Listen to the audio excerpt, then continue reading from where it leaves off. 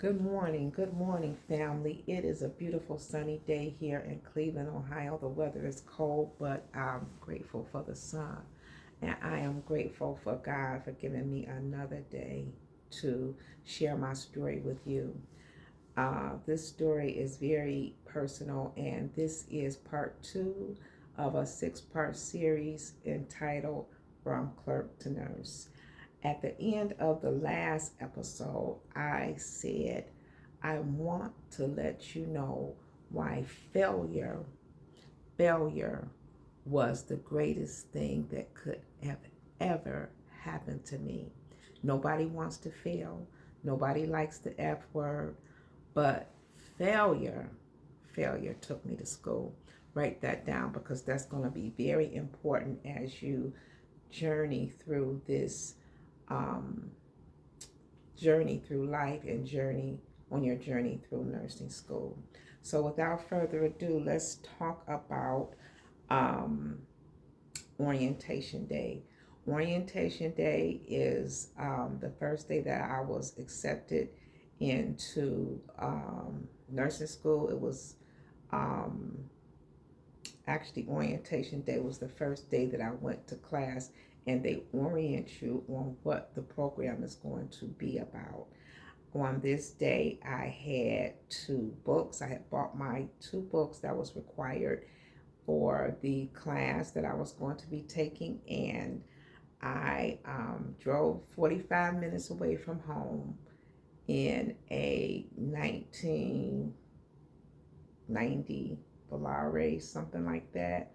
It was a bucket car. It didn't have any heat, but I bought the car out of desperation and because I needed a car to get there. And so I drove there, I sat in the class, and as I think back to this moment of sitting in the class, I remember thinking, there's nobody that looks like me. I'm not going to do well. These students look prepared. They look like they're meant to be here.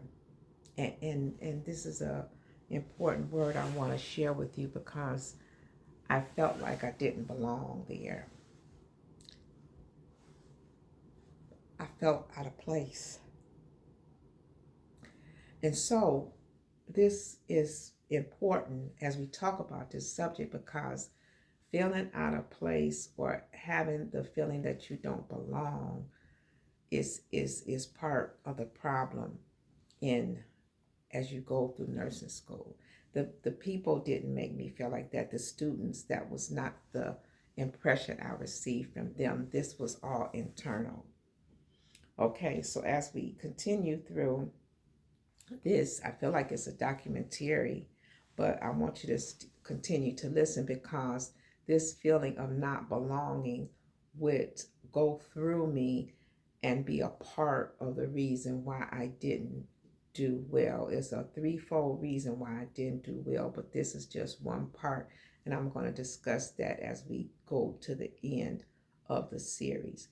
But number one, let's go back to that I'm in the class.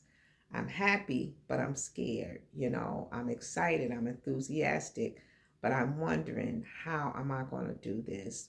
So I leave, I jump in my car. It was kind of a wintry day, cold, but not too bad. And the car starts breaking down, clunk, clunk, clunk, clunk, clunk. I wish I knew how to insert a breaking down clunky car because I would do that right here, but I don't know how to do that. But the car broke down. It broke down on the freeway. It broke down on the bridge. I am in tears. I called and got some help. I remember getting out of the car and walking, and I look back at those books. And when you're in that situation, you think, well, what do I need out of this car? I know I need my purse. And I looked at the books and I said, but I don't need them because I'm not going back. I don't have a car. I don't have any money. And this is a ridiculous feat. Why am I trying to do this? And I cried and I went home. But I remember my mother told me to go back. A friend of mine helped me. I got another car and I went back. I was excited again. And I was doing well. I was doing well because this was the first quarter. This was bed baths and learning how to take vital signs.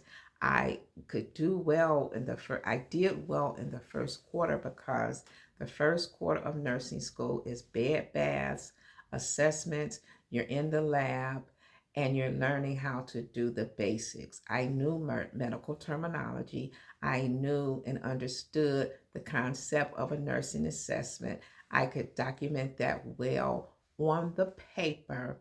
However, when it came to the second med surge class, this is where things got ugly.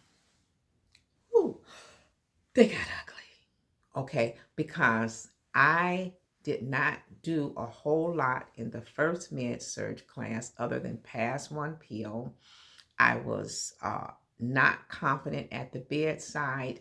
They were wearing the white caps back then. I had a lot of braids in my hair. My cap kept falling off. And so as I entered into this second, like I said, let me rephrase. The first quarter I did well because I was in the lab. The second class I didn't do well because now I'm on a med surge floor. A med surge floor with IV pumps.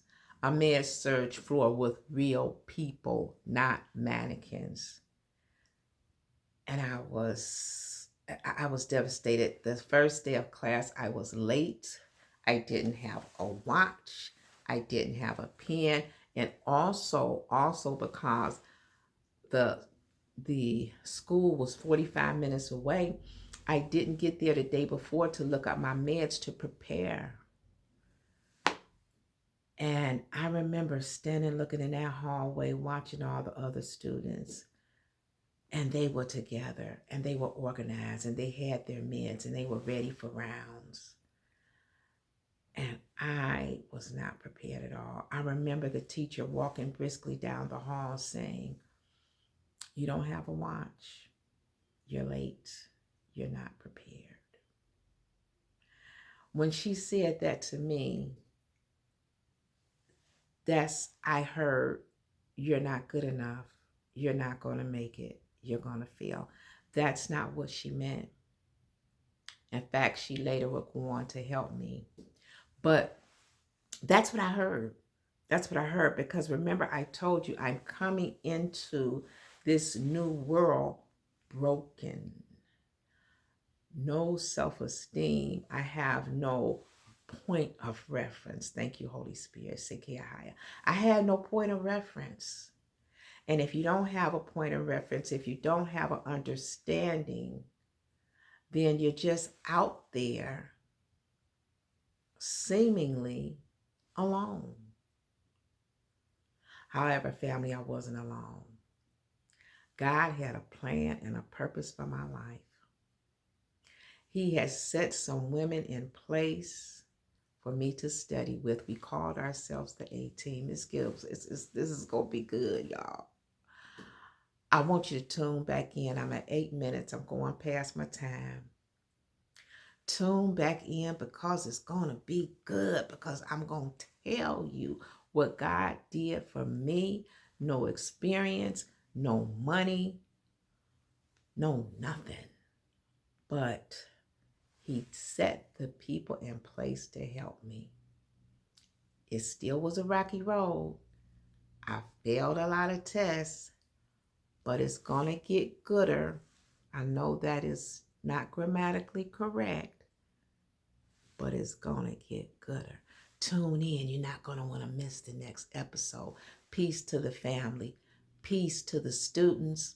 Come on back in. It's going to get good. We're going to go live. Peace.